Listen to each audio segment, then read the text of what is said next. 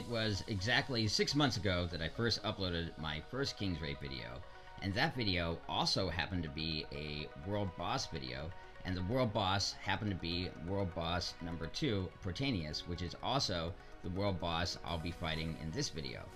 And like this video, in that video I was also using 5 healers. Now when I say 5 healers, I'm including Annette as one of the healers. But I've certainly improved a lot since I made that video. In that video, I did 121 billion in damage to Protanius. In this video, I'm going to do 546 billion in damage, so that's a big improvement.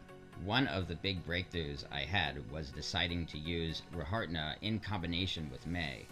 Rehartna is a relatively new character, she's a healer, and I really like her.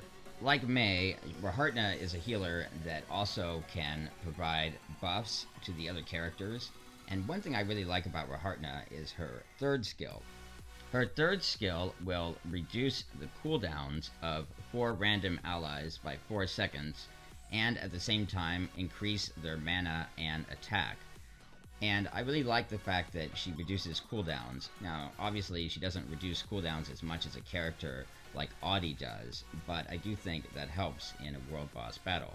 I also have her S3 light perk selected. This perk causes her S3 to apply to 6 allies rather than 4, and that may not be very useful when you have battles where you can only use 4 characters, but in battles like World Boss, where you can use 8 characters, it is quite useful.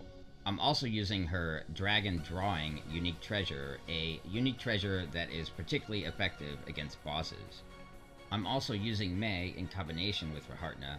I had been experimenting, seeing which would work better in this particular boss battle, May or Rehartna, and I found that they worked about the same. There wasn't a big difference in my damage, but when I combined the two, that's when I got a big damage boost. To make room, I ended up removing Veronica. Veronica is an NPC character that is particularly effective against bosses, but she is better when using a magic DPS, and in this particular boss battle, I am using a physical DPS because Protanius is far more vulnerable to physical damage than he is to magical damage. So I did find the 1-2 punch of Rehartna and May to be quite useful. I also have May's S1 light perk selected. That perk prevents her S1 from being dispelled, and that is useful against this particular boss because her S1 can stack up 5 times, but this boss can dispel it, but he can't if you use that perk. I also have her S4 dark perk selected, which is a better perk if you are using physical damage. If you're using magical damage, it's better to use her S4 light. I'm also using Annette, and Annette is very well known for her CC resist abilities. Her S2 will remove all negative effects from all allies and increase their CC resist. And I am counting Annette as one of my healers. Most healers in this game are in the priest class, but Annette's S2 actually does heal, and when I look at the total amount of heal points, Annette actually does the 3rd highest most healing of all my characters, and I have 5 healers, so she technically is doing more healing than 2 of my priest characters. I'm also using the Sled artifact, also known as the New Type Thruster artifact. I find this artifact to be pretty useful with Annette. What the New Type Thruster does is, when you are inflicted with CC, it reduces the cell's cooldown of all skills by 5 seconds and recovers 500 mana every second for 3 seconds. This is useful to use with Annette because that means that when you get hit with CC, her CC resist skill and her other skills, but her CC resist skill, her S2, will have its cooldown reduced by 5 seconds, and you will also get a mana boost, making it easier to use her CC resist skill when you most need it. I'm also using Shia. Shia is a healer that is quite useful in world boss battles, and some people say that with Shia you don't even need to use Annette because of the amount of CC resist that Shia provides. However, I do find that it's still quite helpful to use Annette. Maybe if I had a 5-star unique weapon on Shia, I wouldn't need Annette, but I'm not even sure if I wouldn't need Annette in that case. But I only have a 4-star unique weapon. Her unique weapon, it's pretty good to have as high of a star as you possibly can because Shia has pretty long cooldowns, and her unique weapon will reduce her cooldowns. I also have her at 100% CC resist, and that's because due to her long cooldown times, enemies are more likely to dispel her stacks. Her skills do get more powerful when she stacks them, but without a lot of CC resist, it's easy for her stacks to get dispelled. Maybe I wouldn't need as much CC resist if I had a 5-star unique weapon, but I don't know. The 5th healer I am using is Lavril. Lavril is a healer that is known as an offensive healer, meaning she doesn't really do that much actual healing, but she does greatly augment the power of your main DPS character. Also, her S2 will transfer all of her critical damage over to your main DPS, so for that reason, it's a good idea to give her as much critical damage as possible. That's also why I'm using the Christmas tree artifact with her, since that artifact gives her a lot of critical damage. And interestingly, I actually found out when making this video that I actually had not fully enhanced one of her gear items all the way using magic powder. So actually I will have an even higher amount of critical damage once I do that. But for now, her critical damage is at 323%. For my main DPS character, I'm using Cecilia. Cecilia is by far one of the best physical DPS characters in the game right now, and I do have a 4-star unique weapon for her. I'm also using her Moment of Respite unique treasure. I find that unique treasure to be particularly useful against bosses, since it does increase the damage done to bosses by Cecilia. I also got lucky. After I recorded this battle, I actually was able to get her Soul Stone randomly from Cain in the Temple of the God King. But in this battle, I didn't actually have her soul weapon, but in the future, I will actually benefit by having her soul weapon. Also, I'm using a 1-star Book of the Mad artifact. This artifact does reduce her mana by 120 every second, but it also causes her damage done to increase by 17% every second. So it's a pretty good trade-off. I'm also using Priscilla as a sub-DPS character. Priscilla is a pretty good sub-DPS character, but she also augments the power of my main DPS.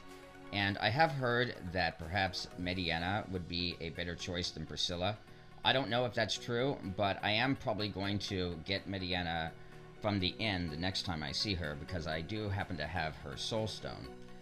But Priscilla is a pretty good choice, and I'm also using the Infernal Whip as an artifact, which is, I'm told, a pretty good artifact to use for sub-DPS characters. And I'm also using the Fancy Tea set as a unique treasure for Priscilla. And finally, for my tank, I am using Glenwys. Glenwys is one of the best tanks to use against this world boss. Loman is also a pretty good tank to use in this situation, but Glenwys might be even better. I'm also using the Pumpkin Stuck Evil Spirit artifact. That's an artifact that I got from the 2019 Halloween event. It is an artifact that will always boost Glenwys' hit points by 20%, but also it will increase the attack of all the other characters by 20% when there is only one enemy. Now, this particular world boss doesn't always fight alone, but when he is stunned, he is alone, and that's when you can do the most damage, and that's also when this artifact will activate. So, on to the battle. Now, in this battle, it will show that the only one I have on fully manual is Glenwys, but that's not entirely true because I'm also doing some manual overrides on the other 3 characters, especially Shia and Annette, so you can say that those characters are partially manual.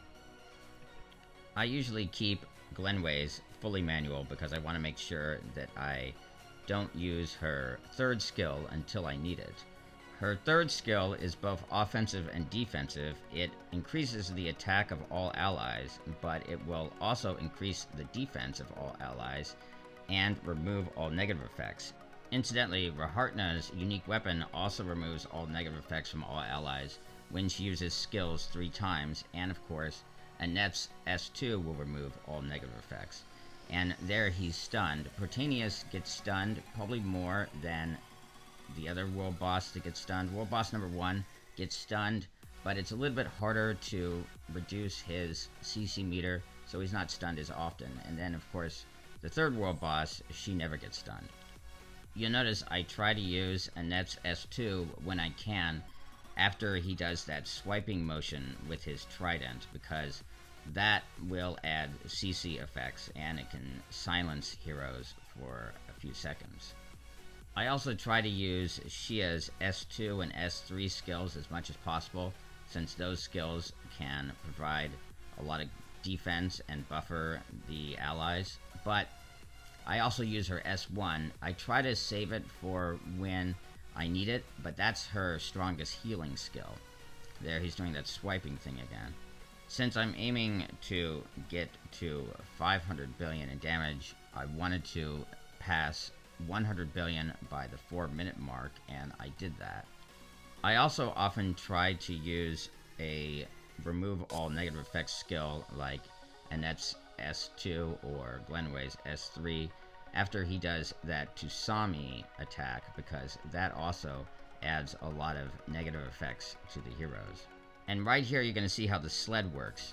See, right then he used that swipe attack, and since Annette has the sled, when she is hit with a CC effect, like the swiping attack, it reduced her cooldowns by 5 seconds, allowing me to use her S2 5 seconds earlier than I would have.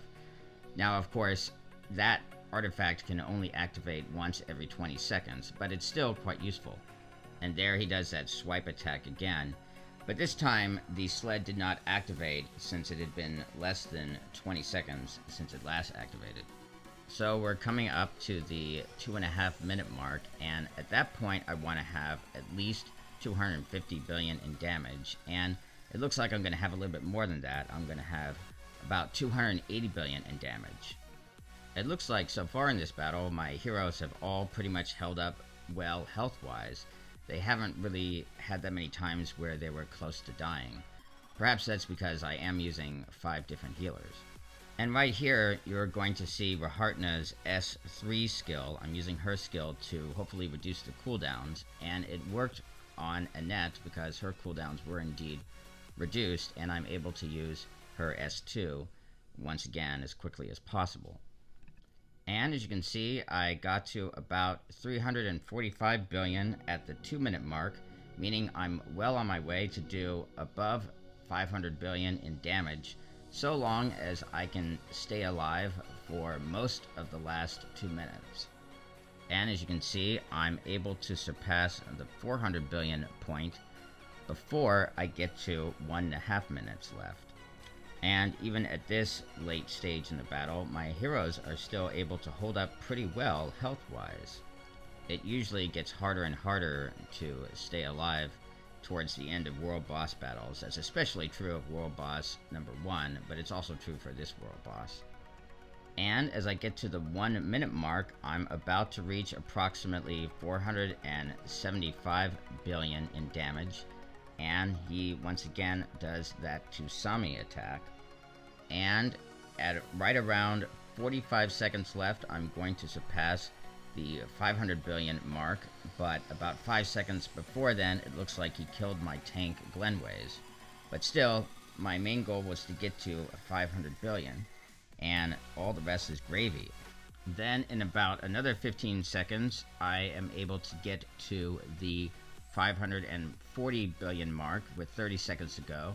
This is also where he starts to kill off the rest of my characters, but not before I get to 546 billion in damage. And as you can see, Cecilia's final DPS was 1,643,000,000, and hopefully in the future that will be even higher since I will have her soul weapon.